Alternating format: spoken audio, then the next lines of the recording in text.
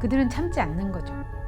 내가 이 행동을 해도 처벌받지 않는다는 확신이 있기 때문에 그래요. 그러니까 범죄자들도 나름의 계산을 해요. 네, 저는 임상심리학자입니다. 더불어서 범죄심리 전문가이기도 한데요. 그래서 임상심리학을 전공한 사람이 형사사법 절차에서 자문을 제공하는 경우에 임상수사심리학자라고 부르기도 합니다.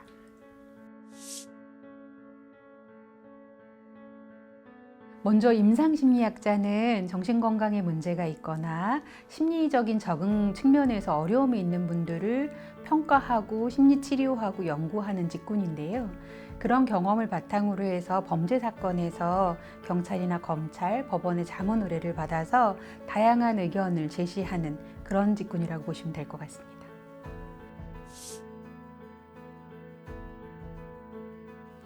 아무래도 스마일센터에서 가장 처음 만난 사례일 것 같습니다.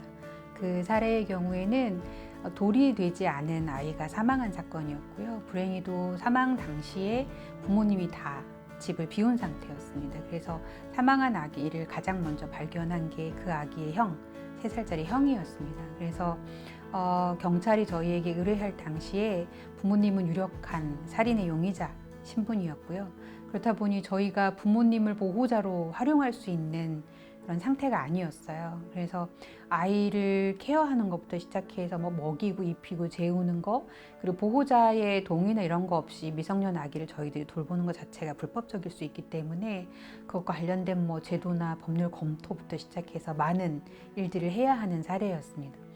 이제 나중에는 결과적으로는 영아 돌연사로 이렇게 결론이 났고, 영아 돌연사이긴 하지만 부모가 그 집을 지키고 있었다면 돌연사를 막을 수 있는 여지가 있었기 때문에 영아 방치, 유기, 그래서 결과적으로 사망에 이르는 사건으로 결론이 난 걸로 알고 있어요. 이 사건의 경우에는 아버지와 어머니가 서로를 용의자라고 지목하고 비난하는 그런 상황이었기 때문에 그들이 아동을 보호하는 아주 중요한 기본적인 자원이잖아요. 근데 자원으로서의 기능을 못하는 상태였던 거죠. 그래서 그런 들끓어오는 분노, 뭐 비난, 원망감 이런 것까지 뭔가 이렇게 관리를 해줘야 되는 그런 상태였습니다.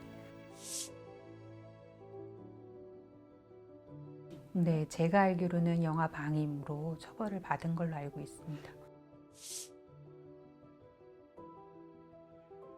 근데 이 사례의 경우에는 조금 많이 마음이 아팠던 게 부모님이 이런 거예요. 용의자로 지목이 되었고 그 중에 누군가는 이제 영아 방임, 방치로 벌을 받고 이렇게 했지만 그 부모도 예기치 않은 상황에서 아기를 잃은 거잖아요. 심지어 이제 아기의 어머니는 이제 모유 수유 중이었기 때문에 이제 젖은 불고 먹을 아기는 없고 이런 것에서 오는 고통 이런 것도 되게 강했거든요. 그런 상태에서 자기들의 심리적인 어떤 치유, 안녕을 위해서 상담을 받는 것을 원치 않는 경우가 되게 많아요. 그러다 보니 아기는 부모가 데리고 와야만 저희가 상담을 할 수 있잖아요. 그래서 오시지 않았고, 그래서 아기 역시 상담을 할 수가 없었습니다.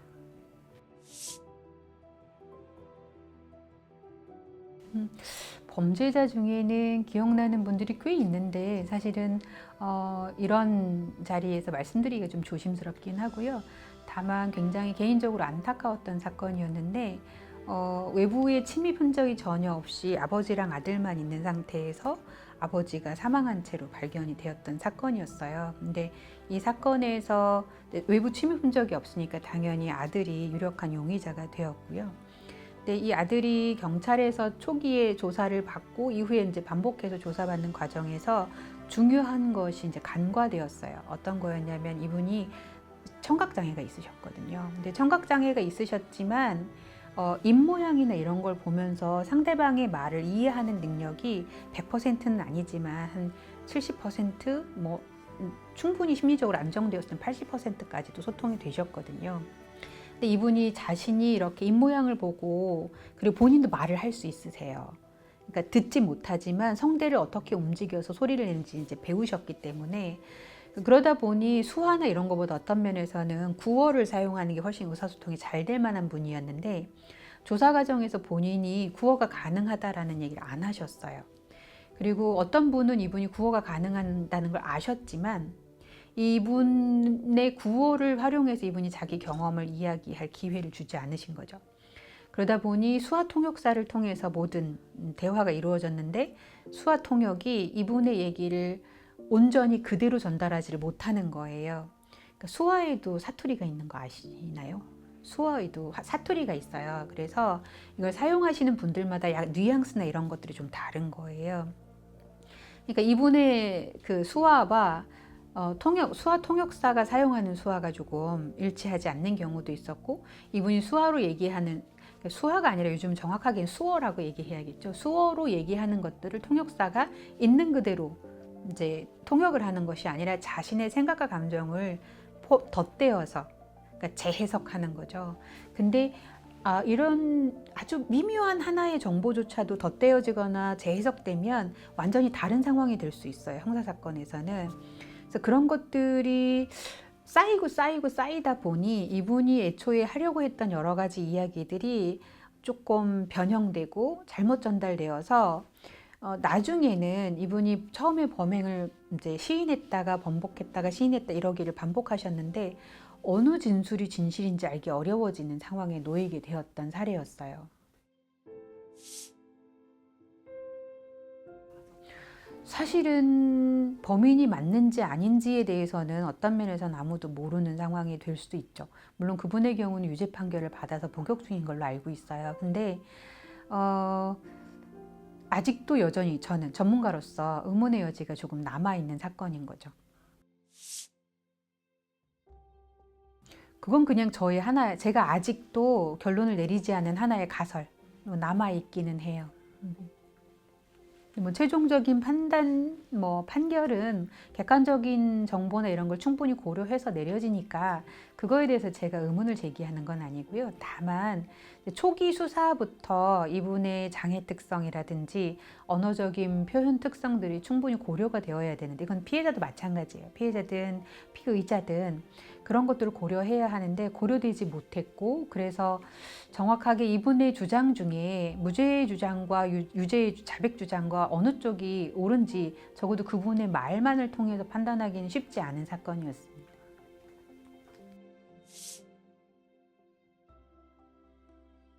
범죄 행위자들이 가지고 있는 공통된 특성은 아무래도 자기중심성이겠죠. 그러니까 자신의 욕구, 자신의 열망, 바램 이런 것들을 충족시키는 것에 굉장히 몰두되어 있는 사람. 그래서 그런 것들이 좌절되는 경우에 되게 많이 분노하고 상대방을 원망하고 뭔가 불이익을 받았을 경우에 그만큼 상대방에게 응징을 해야 된다는 생각들도 많이 하는 것 같아요. 근데 보통의 사람들도 사실은 이런 성향은 다 가지고 있죠. 근데 그들은 그런 생각이 올라왔을 때 보통의 사람들은 내가 이런 행위를 하면 벌을 받을 거야. 혹은 뭐 법적인 처벌이 아니더라도 양심의 가책을 느낄 가능성을 고려하고 그래서 많은 경우에 참죠. 근데 그들은 그것을 참을 필요성을 잘 못 느끼는 거예요. 그러니까 이제 쉽게 얘기하면 이런 거죠. 누구나 화가 나면 때리고 싶은 충동이 생겨요. 하지만 우리는 그걸 참죠. 여러 가지 이유가 있겠죠. 이걸 하면 상대방이 아파할 것에 대한 예측이 가능하니까 그것 때문에 참기도 하고, 뭐 비난받을 것 때문에 참기도 하고, 이렇게 해서 이러저러한 이유로 참는데 그들은 참지 않는 거죠. 근데 그게 참지 않는 이유 중에 하나는 내가 이 행동을 해도 처벌받지 않는다는 확신이 있기 때문에 그래요. 그러니까 범죄자들도 나름의 계산을 해요. 내가 이 행위를 했을 때 어떤 결과가 초래되는지에 대한 최소한의 계산을 하거든요. 그러니까 실익을 계산하는데 실보다 이익이 훨씬 많다고 생각될 때 이제 실행에 옮기는 거죠. 그러니까 손익 계산이 일반인들의 생각과는 조금 달라요. 이 손익 계산을 할 때 먼저 이루어지는 게 자기 합리화예요. 그러니까 아동 성적 길들이기를 예를 들면 아동을 대상으로 성적 욕망을 품고 그 욕망을 해결하기 위해서 아동을 성적으로 이용하는 게 나쁘다는 걸 그들도 알아요. 아는데 그 열망을 참고 싶은 의지가 없는 거죠. 그들은 참을 수 없다고 이야기하지만 성적 욕망은 참을 수 있어요. 사람이기 때문에 그 욕망을 참을 수 있는 전전두엽이 우리가 충분히 발달되어 있거든요. 근데 참지 않는 거예요. 참고 싶지 않은 거죠. 그러면 먼저 자기 합리화를 해요. 이런 행동은 나쁘지만 나는 괜찮아. 나는 어쩔 수 없어. 심지어는 어떻게 하냐면 나는 이 행동을 하고 싶어 하지 않지만 저 아이가 이걸 원해 라고 생각을 해요. 그러면 이 범죄의 책임은 내가 아니라 아이가 져야 되는 상황인 거죠. 심지어 지적장애를 가지고 있는 그 이웃 사람을 반복적으로 여러 번에 걸쳐서 강간한 사람의 경우에 나중에 형사고소되고 난 뒤에 뭐라고 변명을 하냐면 그 사람이 성적 욕망이 너무 강해서 밖에 나가서 다른 사람들에게 성적으로 착취되거나 부적절한 성적 접촉을 통해서 병에 옮을게 걱정이 돼서 내가 그녀를 위해서 은혜를 베풀었다라고 주장하는 사람도 있어요. 그러니까 전형적인 성적 길들이기 가해자들의 패턴이거든요. 이렇게 합리화를 하고 나면 이제 망설일 이유가 없어지는 거죠. 그래서 서서히 아동을 길들이는데 길들이면서 계속 주입하는 거예요. 이건 너를 위한 거야. 뭐 혹은 내가 너를 위해서 이렇게 많은 것들을 희생했으니 너는 그거에 대한 대가를 줘야 돼. 라고 아이에게 아첨하고 그 다음에 뇌물을 먹이기도 하고 뭐 선물을 사주거나 뭐 청소년기 아이들의 경우에는 술, 담배 못 사잖아요. 그러니까 이제 술, 담배를 대신 사주거나 술을 사줄 테니까 뭐 어디로 오라고 유인하거나 이런 굉장히 다양한 전략을 사용하고 서서히 성적으로 굉장히 별것도 아닌 거죠. 귓볼을 만지거나 어깨를 만지거나 뒷덜미를 주무르는 식의 접촉. 그래서 성적인 건지 아닌지 아이들이 판단하기 애매한 거. 선생님이 나를 좀 특별히 예뻐하나 봐 라고 생각할 정도의 행위들을 하다가 서서히 성적인 수위를 높여가고 그리고 나중에는 이제 정말 강도 높은 성폭행을 하고 그 뒤에는 이제 협박하는 거죠. 그러니까 손익계산에 제일 중요한 건 이것이 폭로될 것인가거든요. 폭로되면 그 뒤에 초래될 결과는 뻔하잖아요. 그러니까 폭로를 못하게 겁을 주기 시작해요. 혹은 폭로되어도 아이의 말보다는 나를 더 믿게 만드는 작업을 해요. 그러니까 이거를 성애화시키는 과정이라고 하거든요. 서서히 성적인 어떤 수위를 높여가면서 하는 것들을. 근데 자기 길들이기와 이 성애화는 아동 길들이기고 나머지 하나는 환경 길들이기예요. 이 환경 길들이기가 폭로되어도 설사 폭로되어도 사람들이 나를 믿고 저 아이의 말을 믿지 않게 만드는 과정이라고 보시면 돼요.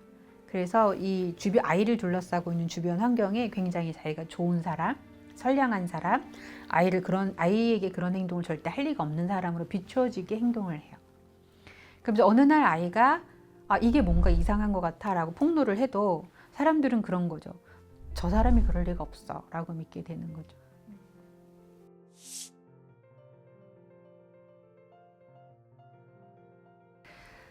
범죄의 잔혹성에 주목하는 이유는 크게 두 개로 볼 수 있을 것 같아요. 그 중에 하나는 이런 거예요. 범죄 피해자에게 공감을 하면 필연적으로 피해자가 느끼는 진한 공포, 절망감 이런 걸 느낄 수밖에 없거든요. 근데 그걸 느끼지만 그것이 자신의 삶을 훼손시키지 않게 거리두기를 하는 게 되게 중요해요. 근데 그게 쉽지 않거든요. 그러니까 그 사람의 그런 그 부정적인 정서가 나에게 전이될 것에 대한 두려움 때문에 본능적으로 거리두기를 좀 하는 것 같아요. 근데 범죄자에게 관심을 기울이는 건 생존이라는 측면에서 아주 중요한 거예요. 피해자에게는 공감하면 할수록 심리적 생존이 나에게 오히려 불리해지거든요. 근데 가해자의 경우에는 이 사람이 언제 어디서 어떻게 범죄를 저질렀는지를 알면 내가 그런 사람에게 범죄 피해를 당하지 않게 대비할 수 있다고 착각하는 것 같아요. 그러니까 이건 이제 묘하게 어떤 게 있냐면 가해자의 이야기를 들려주면서 이러이러한 조건이 충족이 되어서 이 사람이 가해를 한 거야. 뒤집으면 피해자가 이러이러해서 피해자가 된 거야로 읽히는 지점들이 많거든요. 그러니까 그렇게 해석을 하게 되면 이 사람은 나는 피해자랑 똑같은 행동을 하지 않으면 이런 일을 당하지 않을 거야. 그러니까 범죄자는 특히 이러이러한 특성이 있어라는 얘기 많이 하잖아요. 그래서 끔찍한 범죄가 이제 일어나면 사이코패스인지 아닌지가 그렇게 중요한 쟁점이 되는 거예요. 사실은 사이코패스인지 아닌지가 그렇게 중요할 이유는 없거든요. 범죄를 저지른 사람 중에 사이코패스는 극히 일부예요. 어떤 분들은 뭐 인간 10명 중에 뭐 적지 않은 사람이 사이코패스라고 얘기하는데 그건 너무 심해도 많이 심한 이야기고요. 사이코패스는 그 연쇄살인이나 그런 걸 저지르고도 죄책감이나 이런 걸 전혀 못 느끼는, 타인의 고통에 공감할 줄 모르는 사람을 이해하기 위해서 만들어 놓은 하나의 개념일 뿐이에요. 근데 범죄자들 지나치게 그 틀에 맞추어서 생각하고 싶어 하는 거예요. 왜냐하면 사이코패스라고 생각하고 모든 범죄는 사이코패스에 의해서 일어나. 근데 사이코패스는 이런 특성을 가졌네? 그럼 저런 특성을 가진 사람만 조심하면 나는 범죄 피해자가 안 될 거라고 생각하기 때문에 그래요. 그래서 자꾸 범죄자와 관련된 정보에는 본능적으로 끌리는 거예요. 나를 보호하기 위해서. 근데 불행히도 범죄를 저지르는 사람들 중에 사이코패스는 극히 일부이고요. 우리가 생각하는 것처럼 평소에 굉장히 잔인하고 극악무도한 행동들을 했던 사람들은 그 중에도 일부예요. 보통은 정말 평범한 이웃이거든요. 평범한 이웃이었던 사람이 어느 상황에 이르러서 범죄를 저지르는 경우가 더 많아요. 범죄 행위자와 피해자의 관계적 특성을 분석을 해보면 완전 낯선 사람인 경우가 높지 않아요, 비율이. 그러니까 한 30%에서 많아봤자 40%. 그러니까 절반 이상의 범죄가 아는 사람 간에서 벌어진다는 뜻이에요. 근데 또 이게 또 한편 잘못 비틀면 마치 피해자가 범죄를 유발하는 것처럼 피해자 유발론이 제기되기 때문에 조심스럽긴 하지만 어쨌든 그러다 보니 이제 대중의 입장에서 피해자에게 공감하는 것보다는 이건 좀 꺼려지는 게 어떤 면에서는 본능적으로 당연한 게 되고 범죄자에 대해서 관심을 기울이는 건 한편으로도 당연한 거죠. 근데 이게 한 가지 짚고 넘어가야 되는 게 뭐냐면 원시적인 상태라면 이게 당연한 것일 수도 있어요. 근데 우리는 사람이잖아요. 사람이어서 합리적으로 이성적으로 사고할 수 있는 능력이 있고 그래서 공동체를 형성해서 서로 배려하고 존중하며 살아갈 수 있는 존재라는 거죠. 그러니까 지극히 본능적인 측면에서 말하면 당연한 것들이 공동체를 형성해 살아가는 이런 사람에게는 당연한 게 아니어야 된다는 거예요. 그래서 이것들을 당연하니까 계속 그렇게 살아도 되라고 생각하는 건 위험할 수 있고요. 또 다른 한편으로는 많은 사람들이 범죄 피해자의 경험에 대해서 이미 잘 알고 있다고 착각하는 것 같아요. 그러니까 피해자의 경험에는 주의를 기울이지 않아도 뻔해, 난 다 알아 라는 생각을 하게 되는 거예요. 그러니까 뭐 살면서 뭐 크고 작은 트라우마를 경험하지 않은 사람은 없을 거예요. 어떤 면에서 우리가 지금 이런 모습으로 살아갈 수 있는 것도 크고 작은 트라우마를 잘 극복한 덕분일 수도 있거든요. 물론 그 중에 일부는 극복이 안 돼서 여전히 고군분투하고 있겠지만 나아지고 있는 과정이라고 볼 수 있으니까요. 그러니까 자기 경험에 비추어서 생각하는 거예요. 내가 옛날에 내게도 이런 일이 있었는데 이렇게 보니까 저 사람도 이래. 안 봐도 다 알아 라고 생각하는 거죠. 그러니까 피해자의 경험에는 귀를 기울여야 된다라는 생각을 못하는 거니까 사실은 모르는데 이미 다 알고 있다라고 착각하는 거죠. 그러다 보니 진짜로는 모르면서 스스로 공감한다고 자꾸 스스로를 이렇게 변명하는 거죠. 근데 안을 들여다보면 제대로 아는 게 없을 때도 제법 있는 거죠.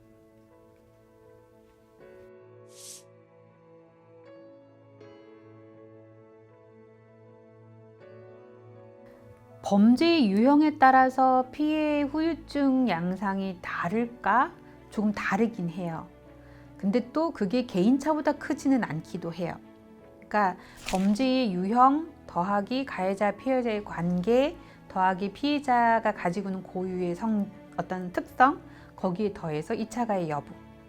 그래서 되게 많은 요소들이 그분들의 회복에 영향력을 행사해요. 근데 이제 이런 걸 다 빼고 그냥 오롯이 그 사건만 놓고 보면 가장 피해자들을 고통스럽게 하는 건 살인사건인 것 같아요. 그러니까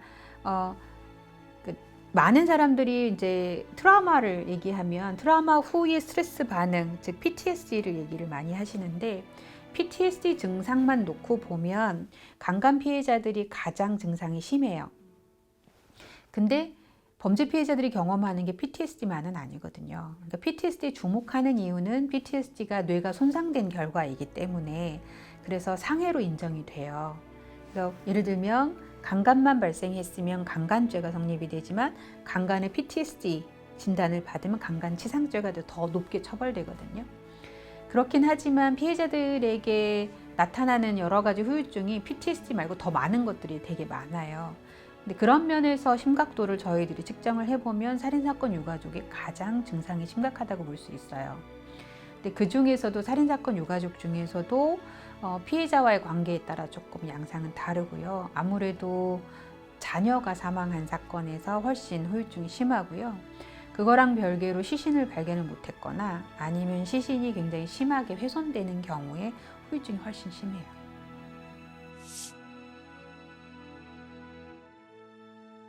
살인사건 유가족들에게는 이제 보통 트라우마를 입으면 많은 분들이 혼란스러워 하시잖아요. 그래서 내가 나아지지 않고 계속 이 상태로 살아야 하면 어떡하지라는 걱정을 하세요. 그럼 이제 트라우마 치료자로서 저는 당신은 분명히 나아질 것입니다 라고 이야기를 하거든요. 그 근거를 충분하게 말씀을 드리고 나아지는 과정, 이미 나아지기 시작했다라고 말씀드리고 나아지기 시작한 증거를 또 설명을 드려요. 그리고 상담 과정에서 뭐 여러 가지 것들을 하면 나아지는 속도가 훨씬 빨라질 수 있습니다라고 심리교육을 통해서 계속 반복해서 말씀드리거든요. 살인사건 유가족에게는 절대 이런 얘기를 하지 않아요. 왜냐하면 나아지고 싶어 하지 않으시거든요. 그래서 자기만 마음 편해지기 위해서 상담을 받는 것에 대한 죄책감인 거예요. 그럼에도 불구하고 상담에 오실 때마다 매번 죄책감을 느끼시는 거죠. 근데 상담조차 안 받으면 이 시간을 견뎌내는 것조차가 힘든 거예요. 그러니까 상담은 오시는데 어쩔 수 없이 오시는데 가실 때 늘 죄책감을 같이 가지고 가시는 거죠. 그래서 계속 물어보시는 분도 있어요. 내가 지금 나아지고 있어요? 라고 물으시는 거죠.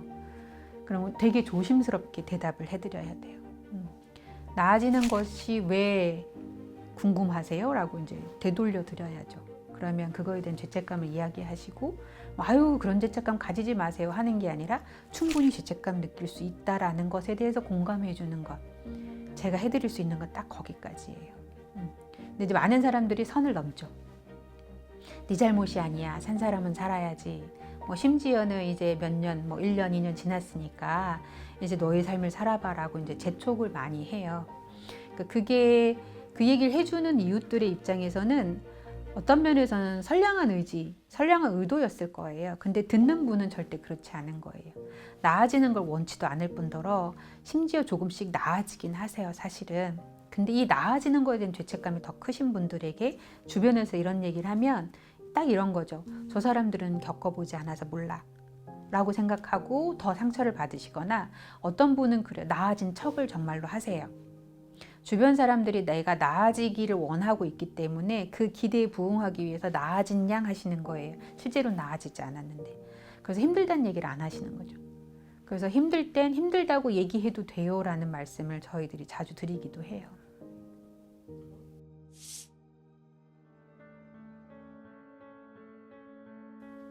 간혹 생각보다 빠르다 싶을 정도로 회복이 잘 되시는 분들이 있는데요. 이런 분들은 주변에 지지 자원이 되게 잘 갖추어져 있는 분들이에요.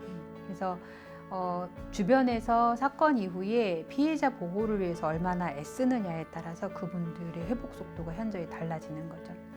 그러니까 물론 피해자분들의 뭐 기왕의 적응 수준, 그다음에 뭐 성격 특성 이런 것들이 영향을 많이 주는 건 사실이지만 범죄 피해 트라우마의 극복의 보호 요인이라고 소위 할 수 있는 그 요인은 여러 연구에서 반복 검증된 게 사회적 지지예요. 지지망이 얼마나 튼실하느냐가 관건인 거죠.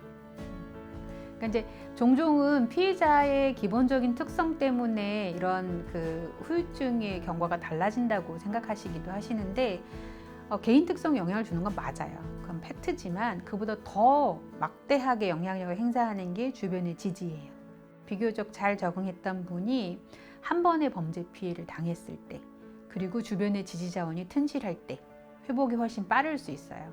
다시 말씀을 드리면 반대로 피해가 반복되었을수록 그리고 주변의 지지 자원이 부족할수록 조금 더 얘기하면 주변의 2차 가해가 심각할수록 회복은 느려질 수 있습니다.